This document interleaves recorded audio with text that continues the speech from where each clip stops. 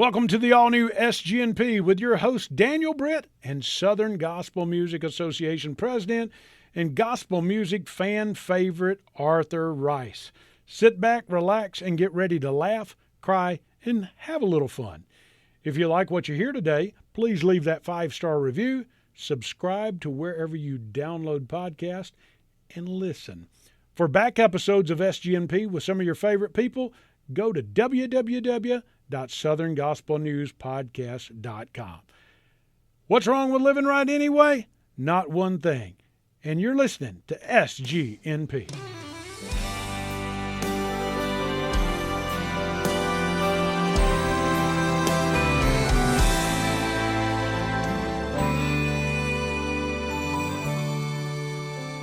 The call comes in, we get the word.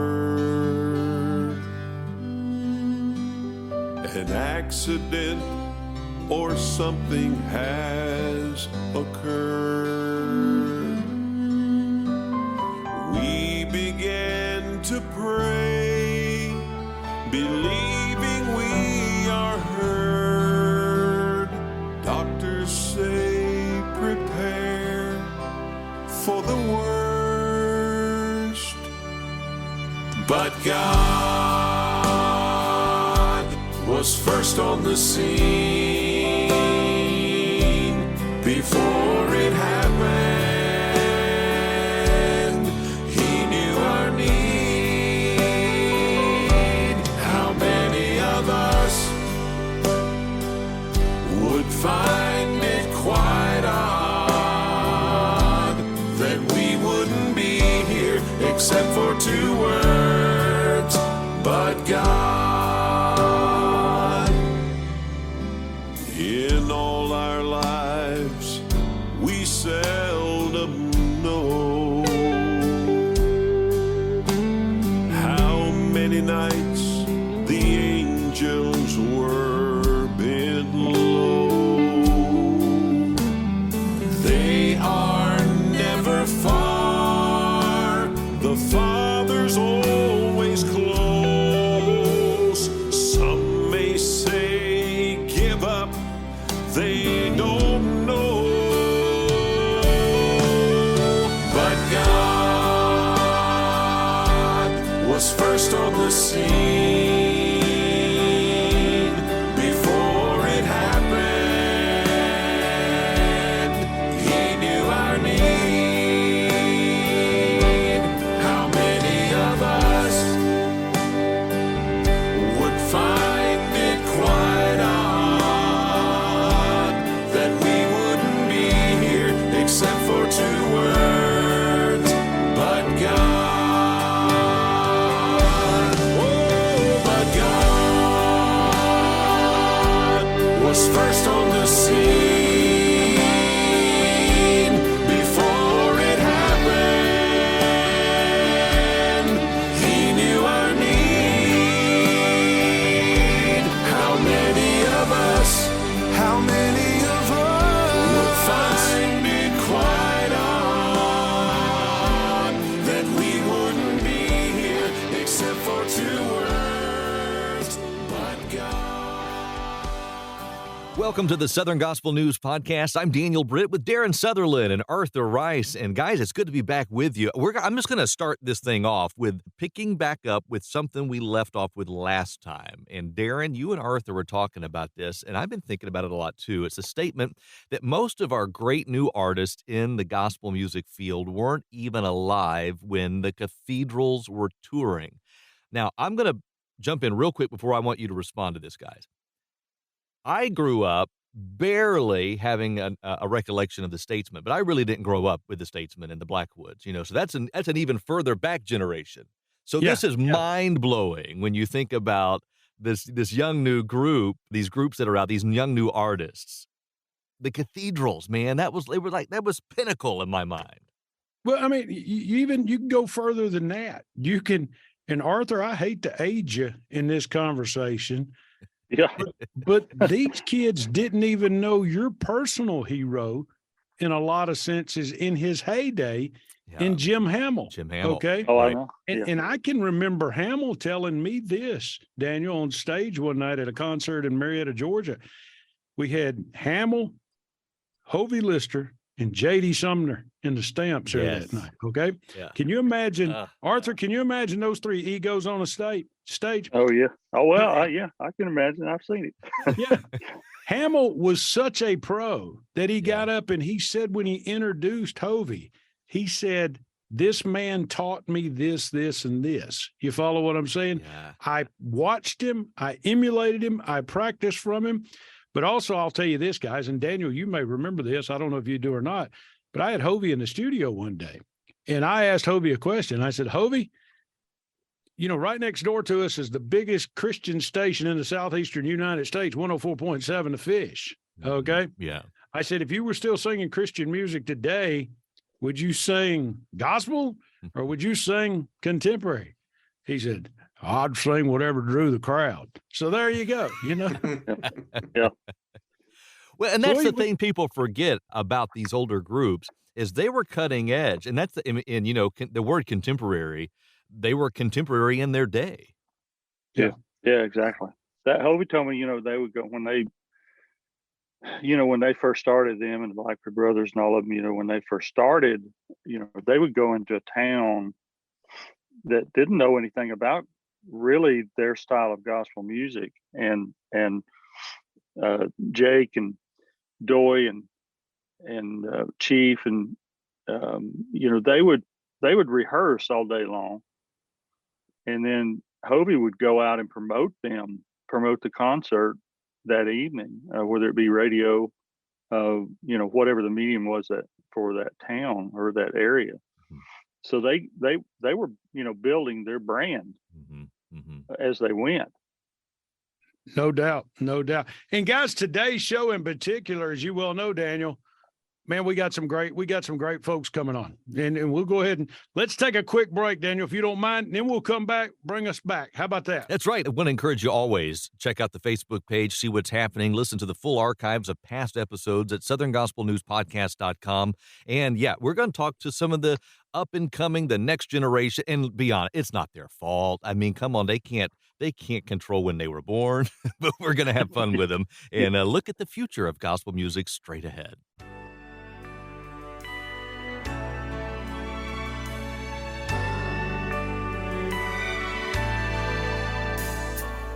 God spoke to Abraham, "Here is your desire.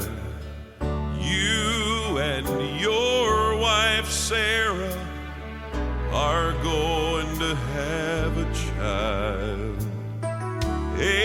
Abraham responded, "We are old, how can this be?" And God said, "I promise you and Sarah, just believe." And God kept his promise. He honored his word. The womb that was empty has now been made.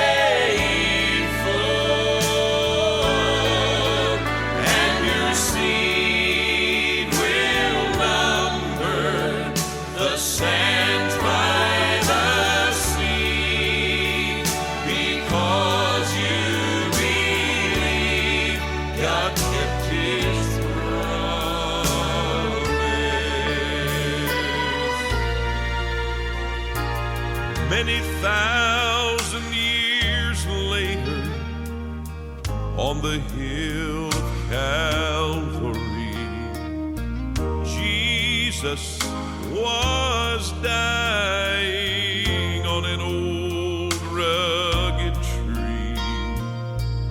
When he cried, "It is finished," they took his body down. And God's redemption promise was laid in the ground.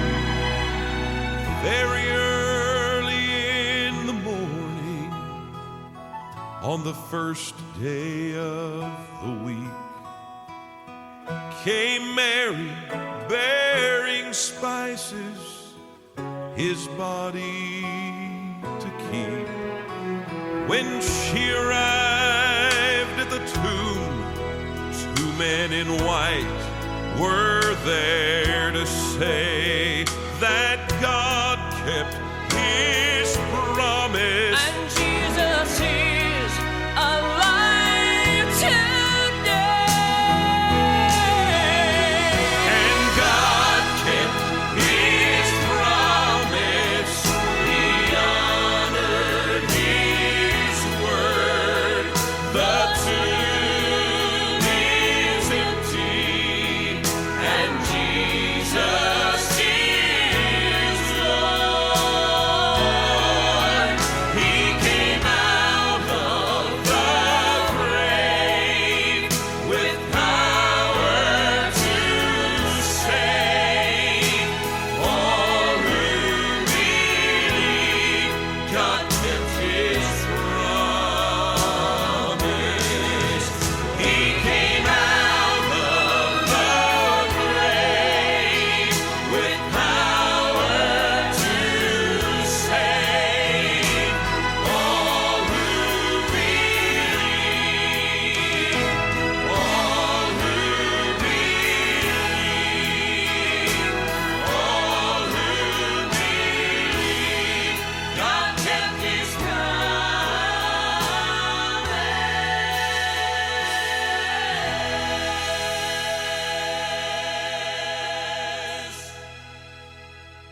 Welcome back to the main highlight of today's show, Southern Gospel News Podcast. Daniel Britt, Darren Sutherland, Arthur Rice. And the topic of our show today is the next generation of Christian music and gospel music artists. And we've got some wonderful new talents going to be joining us here. Darren, why don't you introduce Bradley? I've known Bradley indirectly through his father, pretty much since I met Jeff. And I met Jeff probably 1995, 96, 2000. I don't even remember when it was. It's 2022 now. But Jeff and I are like, we used to do this a lot more. We were like 2 old women on the telephone, and I'd call Jeff and I said, man, did you hear about this? And Jeff said, yeah, and this and this and this. But one thing Jeff has always been proud of, and I mean, he's his son's biggest promoter. I mean, he really is. He told me 5 years ago, he said, this kid's got it. This kid's got it. Well, when you let me give you an example. When you coach your own son in baseball, you think he's the best. Yeah. Okay.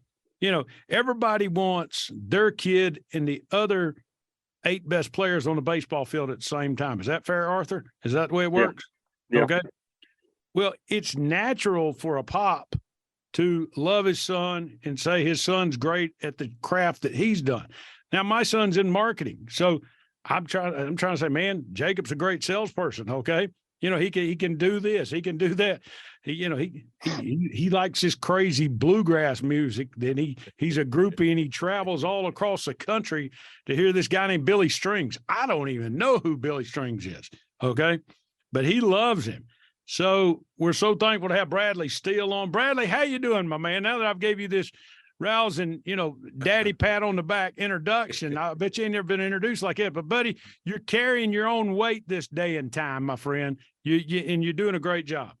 Man, it's good to be here. I appreciate that. You'd be amazed how often I get the daddy pat on the back introduced, man.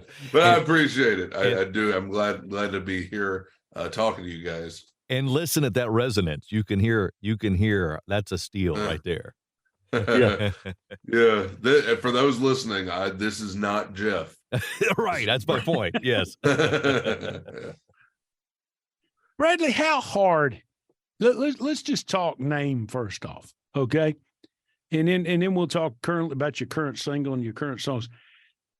How hard is it for a kid to live in someone? And I don't want to use the wrong adjective here, but Jeff is a larger than life fixture in a lot of gospel music fans' mindsets. I mean, let's face it. He come out of nowhere, Mississippi, threw some songs on that went to #1 in a time, and Arthur can relay this at a time that nobody even knew who he was.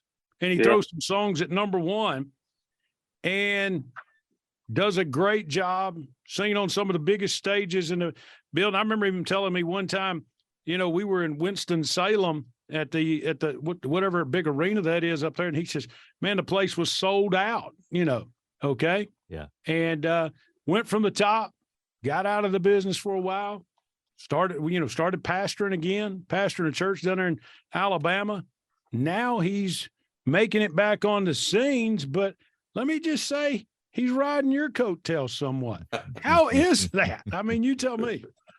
Well, I mean, it was one of those things where when they were on the road before 90s and into the 2000s, I was a part of, I came up and did a couple songs, sometimes, but for the most part, I was a kid, there's just, they always kind of wanted me to be a kid too, and not have to have too much responsibility, So when we came off the road, I essentially became a quote unquote normal kid, got in public school after being homeschooled up until that point, and kind of just stopped singing for a while because my voice had changed, obviously, as you can tell. My voice had changed, and so I just didn't think I could sing anymore. It wasn't even something that I was thinking about. And then over the years, through just in our church, I started to sing solos with the choir again and things like that, realized I could sing. So when they went back on the road part-time and all of that, I had just completed college, and I was at a place where I was kind of looking for a way to get my music out there, my voice, my songs, that I had written and co-written and things like that. And they were at a place where they were kind of part-time, and so and they're at a place in life where they've got grandkids, and that's kind of what they want to be grandparents, and they want to kind of just pull back. I think Dad just exhausted himself, back in the day, tried to just do everything all the time. And so him and Mom both are kind of at a place where they're just kind of wanting to, I'll help write, I'll help sing it, but I just want to sit back and you go out and you do stuff. We just want to watch, we want to babysit the grandkids, And so that's kind of how, like, now it's kind of, we've got a new record coming out. I say record, who's playing them on a record player? We just call them records. We've got a new project coming out next month. And I don't know when this will air, but in February, this is coming out. Yeah. And so I've got a co-write on every one of those. And they're really, and I'm grateful for it, they're really using it as an opportunity to promote my voice and songs and stuff, because they're trying to set me up to be more than just mama and daddy's boy who will tell you how good he is and just take our word for it. I think they kind of want it to be more than that. They want it to be like, hey, you go show them, where we don't, and I hope that something I do might be good enough to live up to what they've said about me. But yeah, that's kind of in a nutshell how we kind of got to where we are now.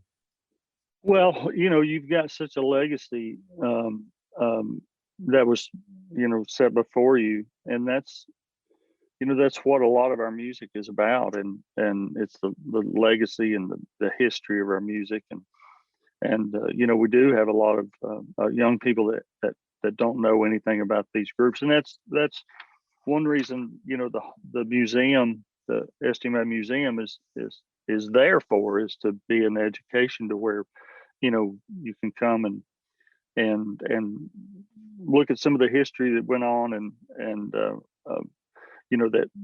that you didn't have a chance to experience, and kind of get a taste of it, and hopefully carry on and carry on with the music that we loved so many years, just keep it up.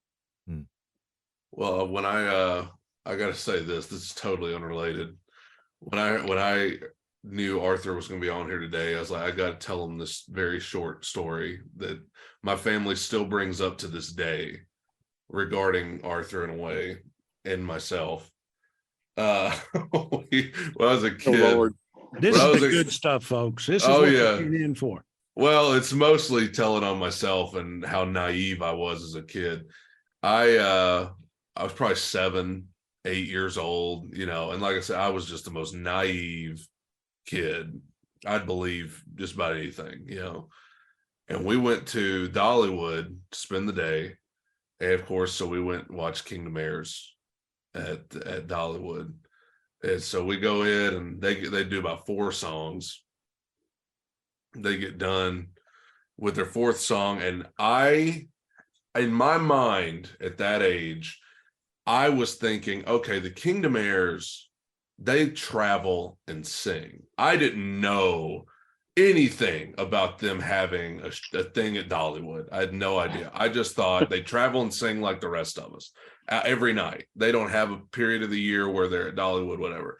So in my mind, I was like, it's impossible that they could just be here every day. So I had convinced myself that they were like robots on the stage. The best way I could put it. Like when I was a kid, I used to go to Chuck E. Cheese and they would have like the animatronic robots on stage that moved around and sang. And I had convinced myself that that's what the Kingdom Heirs were. And so I'm just sitting there thinking like, man, they look so real. I was like that, and I didn't tell anybody that's what I was thinking. I was just like, gosh, I mean, the detail, and this is 2002 or something, like the detail that they put in. So they get 4 songs in, and it may have, I don't know which one of them it was, goes, man, we're so glad to have our friends, the Steeles, in the audience today. And it was at that point, I was like, are you kidding me? I leaned over to, I think, my mom afterwards, and I said, are they real? I said, are they actually, I was like, are they actually here? And she goes, just baffled at the question. She goes, yeah. What did you think was going on?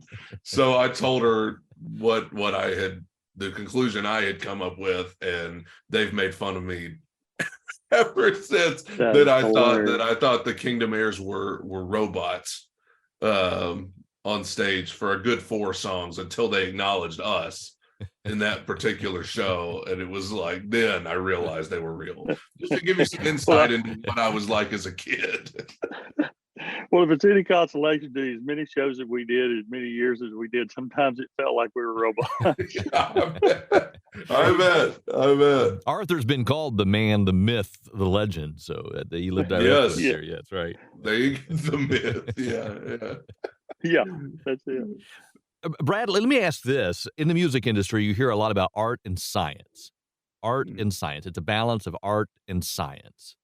And then you come into the gospel field and you're going to insert a great big thing of like, you call it theology or religion or tradition, okay? And you bring in that Christian, there's an expectation, and it's different depending on which audience you're talking to. But there is that extra piece that the secular music industry probably doesn't deal with in the same way.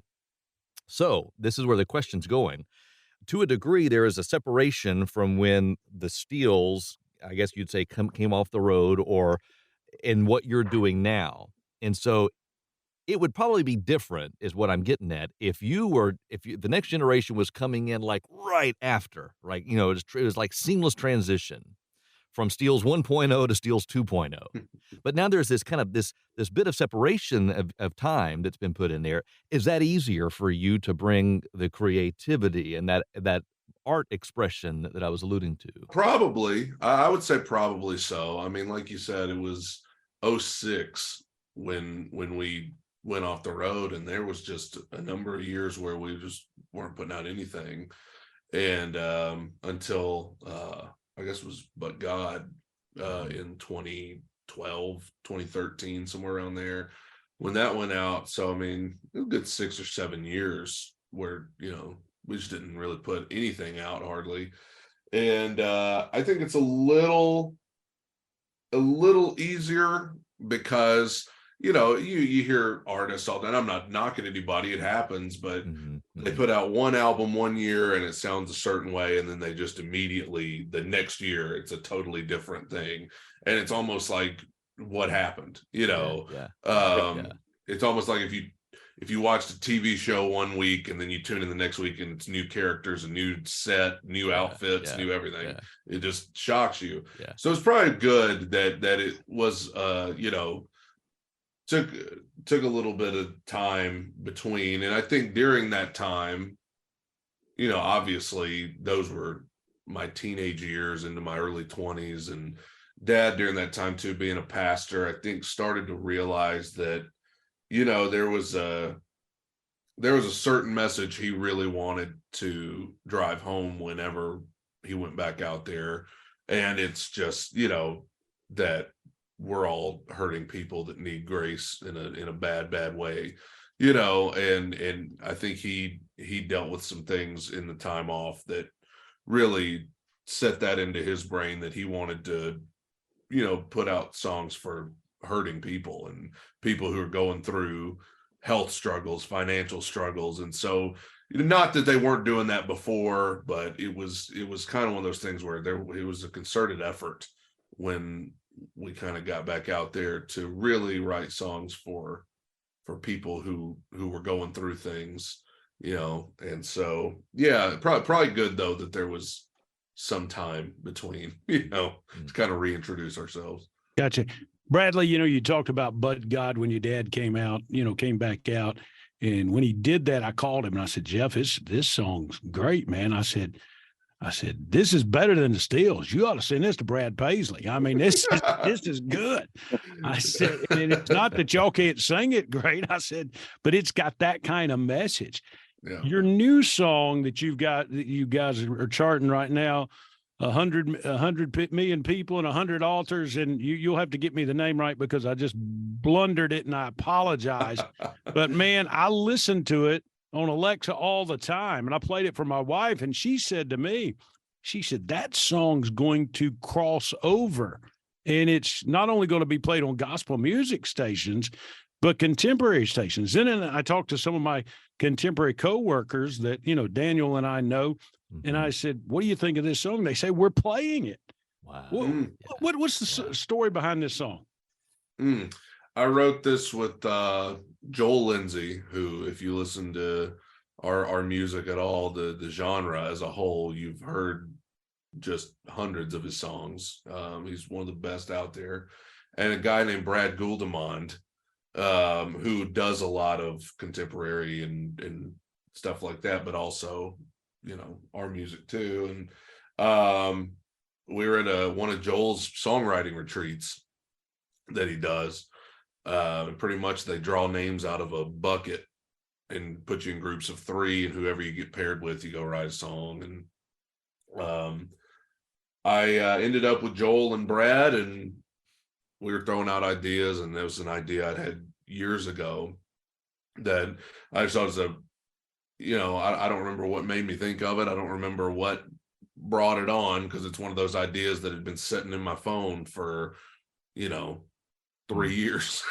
And I said, what if if there's a bunch of people all over the world that'll never know each other, that'll never meet, and they're all going through different things, but they're all going to the same place for healing and relief, and God's big enough to know all of them, take it all in, and give all of them what they need, and so we started writing, and Joel in particular really wanted to get very personal on the verses. And if you've heard the song, it's we use people's names, common names that you would hear in everyday conversation, and just different financial struggles, health, single mom, addiction. I mean, you name it. We kind of just go over all of as many as we can in a 3.5 minute song.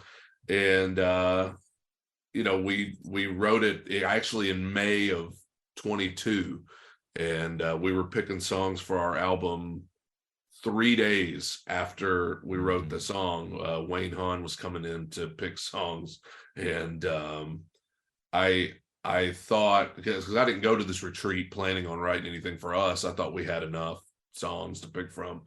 But told Dad, on the way home from the retreat, I called him and I was like, if we don't if we don't do this song, we're probably, morons. I was like, this song needs to be out there. And I was like, and I don't know if I'm willing to just pass it off. I was like, because it's 3 days old. Nobody's heard it. So Wayne came in and I managed to get some semblance of a demo done so he could hear it. And he was just floored at the song, and it was kind of a no-brainer. So, just kind of what I was talking about, the kind of music we're trying to put out there since we kind of came back on the scene is just music for people where they are, and I said this on an interview I did a couple weeks ago. I was like, if you think you don't have people in your church dealing with the things mentioned in this song, some of the things mentioned in this song, you need to get a clue, because it's everybody that you meet's going through something. The people you work with, the people you go to school with, the people you go to church with, they're all battling something hard. And I always love to write songs that kind of can speak to those people in the middle of it. Yeah. Cool stuff. That's awesome. Hey, we're going to hear it here in a few moments, by the way. So we've created great anticipation for it. I just want you to know, so now everybody's going to sit on the edge of their seat. But before, I hope it lives up to it. Well, before we do that, let's have a little fun though, because we've talked about your youth a bit, and we've talked about. Like I can go back. I remember seeing J.D. Sumner in his final years. I remember seeing the cathedrals, but I never saw the Blackwood Brothers. I never saw the heyday of Hovey Lister and the Statesmen. So Darren, let's ask him. Let's find out exactly where he falls on that continuum of time. Bradley, I'll start it off. Did you ever see the cathedrals live? If I did, I don't remember. I don't remember. I remember knowing Ernie. Ernie Haas, but I think that was he had already moved on. Yeah, Charles Johnson and the Revivers or the Hensons. Did you ever see them? Oh, I love Charles Johnson, the Revivers, man. They're still one of my favorites to this day. Yeah. The Hensons are this is kind of a cheat, because we did a cruise with them where they did a reunion about 12 or 13 years ago. So I technically have seen the Hensons, but it was not like when they were full time. It was a reunion strictly for this cruise. Henson's light, so to speak. Yeah, I don't want to say that. I mean, they were great. It was just it was not like, oh, we're on, we're here tonight and somewhere else tomorrow night. It was, no, we're on this cruise and then we're done. Arthur, give him a couple groups and put some pressure on him. Wow. Well, to go by what you said, if you've seen the Hensons, if Kenny was there, you've seen the Hensons. I mean, it was just that was. Right, that's why I say, obviously 12, 13 years ago it was so. Yeah. Well, let me ask you this: do you go back and listen to like YouTube has been a godsend for some of this old stuff, this old classic stuff. Yeah. Do you go back and listen to any of that stuff like on YouTube and you search out groups that you've heard of, but you've never had a chance to hear them? Do you go back and search for some of that stuff and listen to some of that stuff? I actually quite often like to go back and listen to some live stuff of the Magruders. Yeah. I'm just warming up and all that, man. Their band was just unbelievable. But the Magruders, my earliest memories of my life were in my garage with my sisters singing along with Jeff and Sherry Easter's live recording. So I'll still go back and listen to some of their older stuff. And I'm trying to think. There's one group I was just listening to, and it's early in the morning, my mind's going blank. But Charles Johnson, the Revivers, I will listen to them all the time. Not just saying that because you said their name in particular. Is Let's Have Church not one of the best live video recordings in the history of Christian music? Period. Not just gospel, but Christian music. Yeah, that's the one with the blue background, right? Where Tony Gore was playing the keyboard. And that's I'm glad you mentioned that, because we're like dear friends with Tony. Yeah. You know, my mom and Tony are just very, very close, always have been. And I had to ask him last time I saw him, I was like, how did you end up playing the piano for Charles Johnson of the Revivers? And it was just like, oh, he asked me to, you know. And Tony's another one. I'll always go back, listen to Tony Gordon Majesty. But the Hensons too, I saw a live recording of them singing Won't That Be a Hallelujah Meeting. It's some random concert in Jonesboro, Arkansas. It just ended up on YouTube. Like you said, it's a great thing about YouTube. It's not just the professional live recordings. It's some church had it in their archives and uploaded it, you know, from back in the day. And that's great. I'll tell you who else.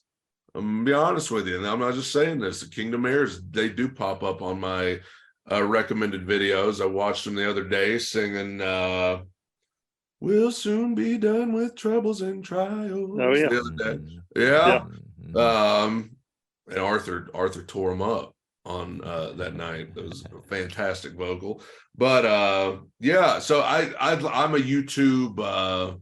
I could spend all day on YouTube, and it's probably not a good thing. I need to. Sometimes you got to get up and out of the house, but YouTube is. I think it's going to be a great thing for you know, all genres, but this genre too, because there's so much stuff on there. And current day too. I mean, there's stuff getting uploaded today of current artists that I think are gonna help them out and things like that. It's a whole new platform to try and reach people. Let me put a bow on it this way. With some of these groups, the legends continued on even past maybe what the iconic version of a group. And so I'm thinking like Gold City. Did you ever see Gold City with Tim Riley before Tim retired? Or did you ever see like Absolutely. Did you ever see George and Jake like in the Old Friends quartet? Or Gold City, we used to sing with them all the time. Tim, Jonathan Wilburn, Mark Trammell, and Jay Perrick. We used to sing with them all the time. How about Gold City 1.0 with Ivan and Brian and Mike? No, that was by the time I was even conscious, I think Ivan was solo. So okay. But Gold City. I don't remember ever. I mean, you mentioned, because Glenn Payne is. I'll give you one group that was Dad's favorite of all time is the Kingsmen, and he's like, you'll talk about YouTube pulling up old clips. It's not unusual to go, if you go to his house at any time, he might have the Kingsmen, you know, playing on his phone, just sitting on the table, you know. Brad, you know what he told me one time? This is a true story. He may have told me this in a podcast. I asked him the question. I said, would you have ever left the Steeles? And he said, if they would have offered me Hamill's job, with Foxy still there, running the show, he said, I would have left my own family group and went and took Hamill's job with the Kingsmen. Arthur, I could see that happening. Could you not? Oh yeah. Oh, absolutely. Absolutely. And he would have been perfect. Oh yeah. And that's a good question. That's a good question. What group would you leave your own family group to go join? Yeah. I mean, that is a great question. I bet he's never been asked that before, but I'm not surprised. He's like, I mean, he even wrote a tribute song to the Kingsmen one time, and they almost recorded it. It was literally called The King's Men. And it was about it was something that they could close with at the end of their concerts, you know, as like an anthem thing. But so I've heard a lot of them just from being around him. But I think, I mean, they were still tearing them up, you know, when I was a kid, and obviously they're still out there today. I mean, there's and I think it is interesting to see so many of the groups now that are continuing on the legacy, you know, of you know, past eras. And I think the Kingsmen are a cool situation because they're, you know, they're trying to take it. taking it a new direction while also staying true to the classics and all that. So, but yeah, I in all genres of music, I listen to the classics. Talking about all genres, we've had everybody on this show from Charlie Daniels to T.D. Shepard to Marty Rayburn to Stephen Curtis Chapman. Who would we find on your playlist, on your Spotify?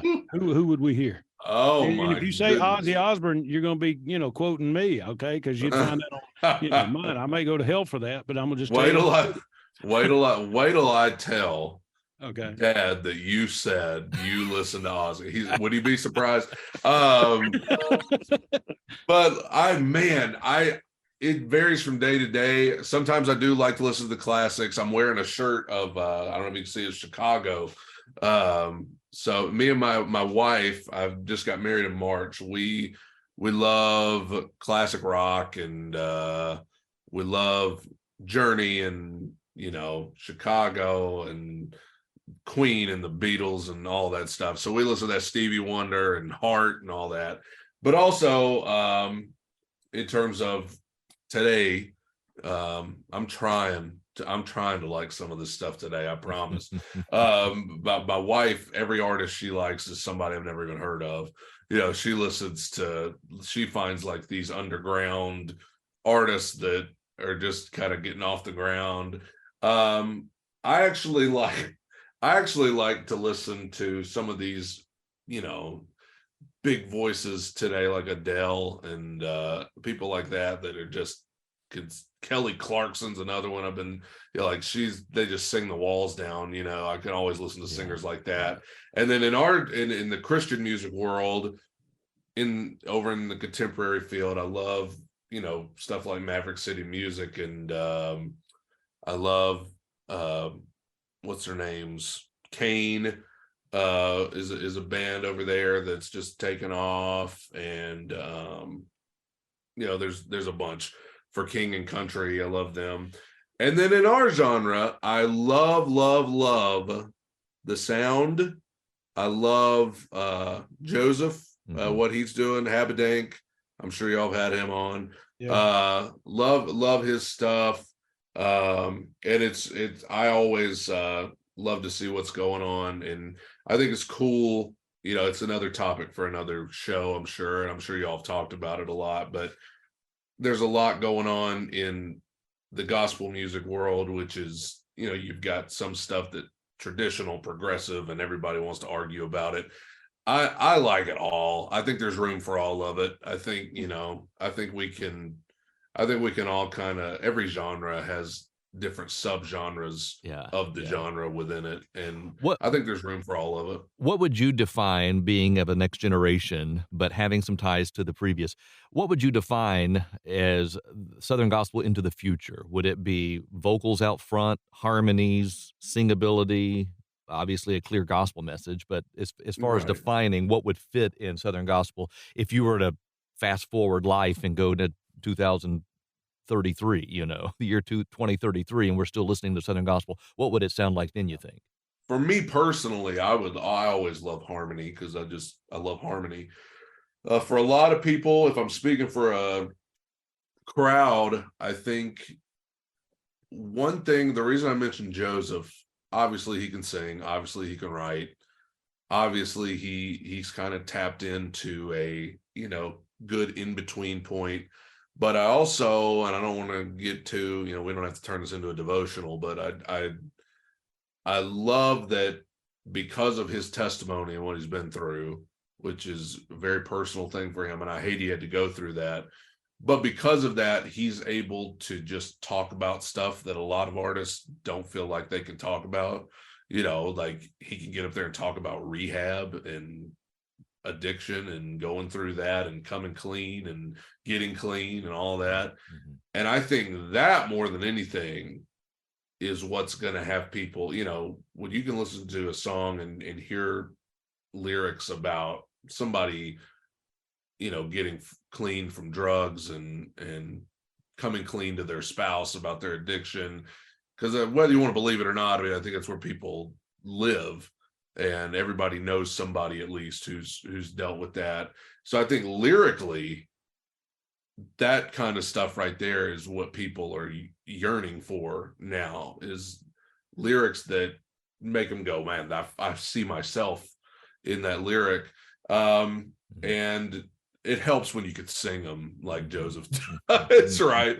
But but I love, and I mentioned the sound too. I mean, to me, they're a good in between, and I just met them for the first time at the Dove Awards, and they seem like nice guys. But they're kind of like a Rascal Flatts esque type thing. Yeah. And I think they're a good in between, to where it's pushing things forward and sounding current, but also not going crazy with it. And I think obviously there's always going to be room for, the music that got us here, the more traditional stuff too. So I think that's always going to be around. And like I said, I think there's room for all of it. But in terms of where it's going, I'm always going to harp on lyrics. I think lyrical content's going to, in any genre, is what's going to determine your staying power. But also,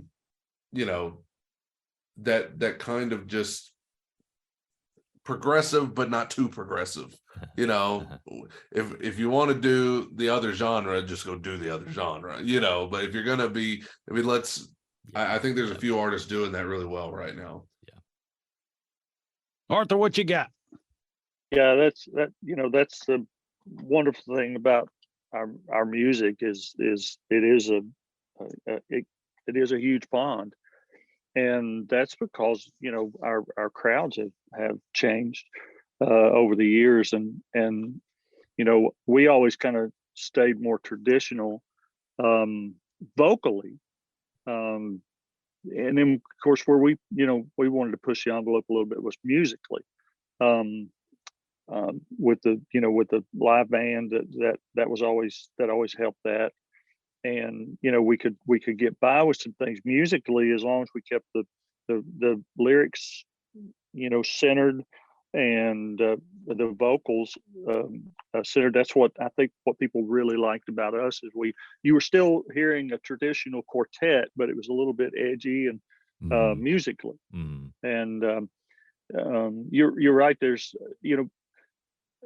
so many great writers out there right now that's writing about real stuff and about real life, and that's what touches. I think that's what reaches so many people and touches so many people's lives. If you have a story, a testimony of your own to share with somebody's gone through it. Somebody in that audience has gone through exactly the same thing you have. Well, let the Reformed guy say this too, though. I think that if you combine the dirt under your fingernail stuff that you're talking about, the real life moments, but if you combine that with that deep, rich theology of the old classic stuff, if you could find a way to make that work, and I'm not necessarily talking about singing Amazing Grace and then going into My Chains Are Gone, although that worked, but I'm saying if you could find a way to blend out here on the street with what you learn in Sunday school that is still true today, right, I think you'd have a wonderful combination there. Here's what I even love about this show we do, guys, because in Bradley, you'll get this. You've got Daniel, who is Mr. Voice, Mr. Gaither Homecoming, gets to see all that. Okay. You've got Arthur, who he is the Mr. Clean of gospel music, the traditionalist, the guy that holds the thing in between the rails. Okay. And then you got me, who's more of the country gospel guy that brings the country gospel era in. But you know what's great about gospel music, especially great about what you're doing, Bradley, is we're seeing, for lack of a better word, a triangle effect, where the contemporary side used to be over here and the Southern gospel side used to be over here, and they were as far as east as the west. Okay. Mm-hmm. Arthur, you've heard the stories of when Les and Charlie Waller met and said, we got to get away from them. Okay. Well, now all of a sudden, through the grace of God, it's coming back together. Look at what Ann Wilson just sang with Let Me Tell You About My Jesus. Now listen to the Lefebvre Quartet sing it. And quite frankly, guys, I like the Lefebvre Quartet version better. Okay. And it's it's one of the greatest songs in the past 20 years. You follow what I'm saying?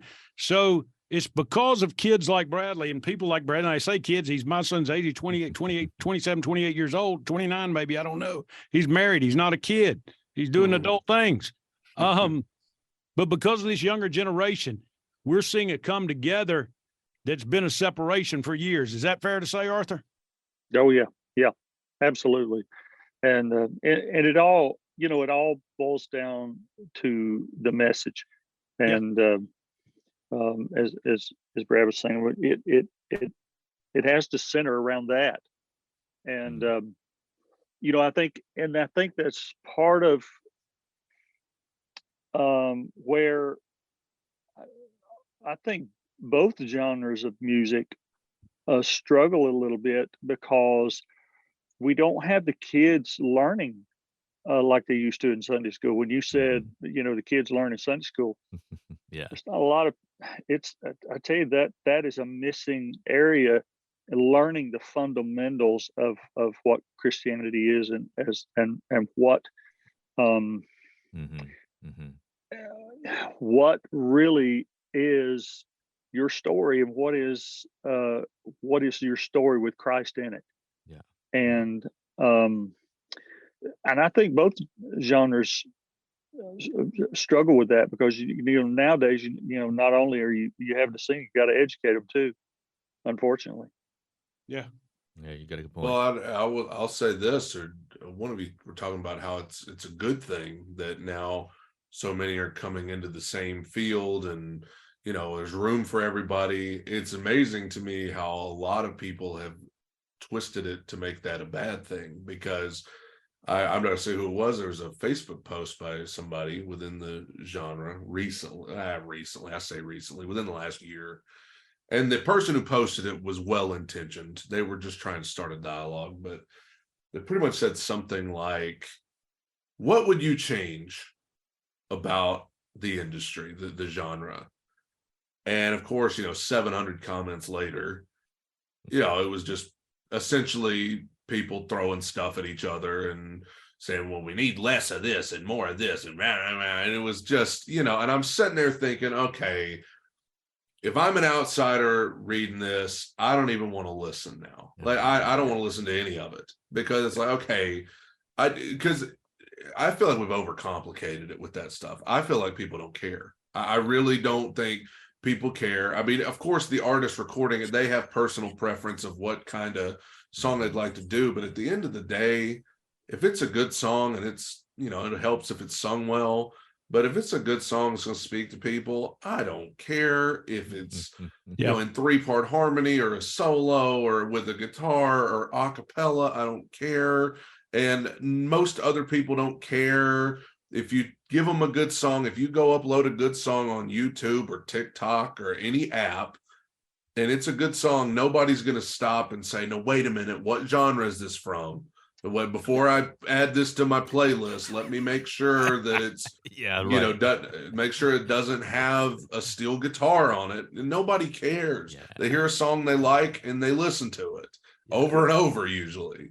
So I just think we're wasting our time debating stuff like that on a public platform, where of course eventually people start using it as an opportunity to badmouth people, in the comment section. It's like, well, if some groups wouldn't blah blah blah blah, it's like, okay, so now you're just sinning. Now you're just sitting here in the comment section. I'm just sitting here thinking, God, he ain't my Facebook friend, because I might have been the one that made the post. I'm teasing. No, it was not you. It was not you. I know who it was. I'm just not going to say. I'm kidding. I think there's an intersection between a Martin Luther, a mighty fortress is our God, intersection between Martin Luther and Hank Williams. And when you get right about there, that's where I fit in. I think that's to me, that's how I would define it. Give me that country roots, give me everyday plain spoken of Hank Williams, real emotion combined with the high deep theology of our faith, man. And that's where rubber meets the road, quite literally, I think. Right. Yeah. Right. Well, it I think kids and young people and just people in general, they want something that's real. Yeah. And that's where we, that's that's the right direction to go, is just be real. Mhm. And you know what's great about the country artists now singing gospel music? Yeah, they make a few bucks off the album. They don't make as much as off of their regular stuff. But when you hear Carrie Underwood sing softly and tenderly, Jesus is calling, you know she's singing from a place that she's lived softly and tenderly, Jesus is calling. You follow what I'm saying? Yeah. When you see Marty Rabin get up and give his testimony, boom. Yeah. Arthur, we heard it ourselves, and I reflect on this so often. When we interviewed Charlie Daniels, probably one of the most spiritual guys we ever had on the show. Would you not agree? I mean, sitting there, Bradley, I would have thought it was a TBN episode. He's sitting there quoting Revelations and telling us how he reads the Bible every day. This is an 86-year-old man that puts 50,000 miles a month on a bus or whatever, you know. Yeah. So I love the fact that you make your music human. I love the fact that you're reaching across aisles. I love the fact that you're tearing down walls. And man, Keep this it ain't up. keep it up. This ain't your daddy patting you on the back. I'm a hard one to get. Okay, but you got me, my friend. So I appreciate it. No problem. Absolutely. Hey, Brad, thanks for joining us. Before we go, we're gonna slide right into this song. This is the Steels. This is 100 different altars, and you gotta listen. You gotta let the lyrics go deep with this one because it'll touch you. Thanks for making this music. Thanks for writing it. Thank you, guys.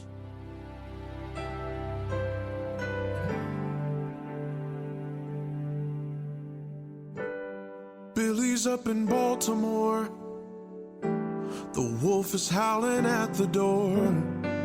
He kneels beside his desk in desperation. While down the block, a hotel bed, bloodshot eyes and a weary head. Mary feels the pull between hope and condemnation. Sarah's got an empty nest. The doctor called about David's test. And Emma's got 2 kids, 2 jobs, and too little time to rest. 100 different people at 100 different altars. 100 different lives are torn apart. They're bringing him their illness, confessing their addictions, praying for their children, and healing for their hearts. At 100 different altars, one loving God of mercy meets them all. Bonnie's down in Birmingham. She still wears the golden band, but she betrayed the man she gave forever. And Peter calls the pulpit home, but deep inside he feels alone. He carries the doubt, the guilt, and all the pressure. 100 different people at 100 different altars.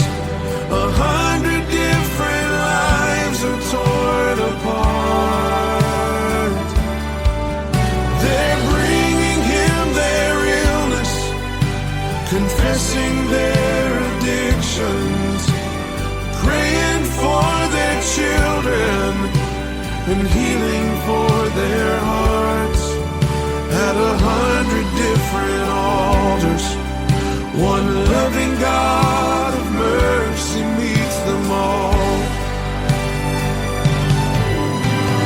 Every day the human race has 100 ways to fall, but every day heaven's grace hears each and every call. As they're bringing him their illness, confessing their addictions, praying for their children, and healing for their hearts. at 100 different altars. One loving God of mercy meets them all. One loving God of mercy meets them all.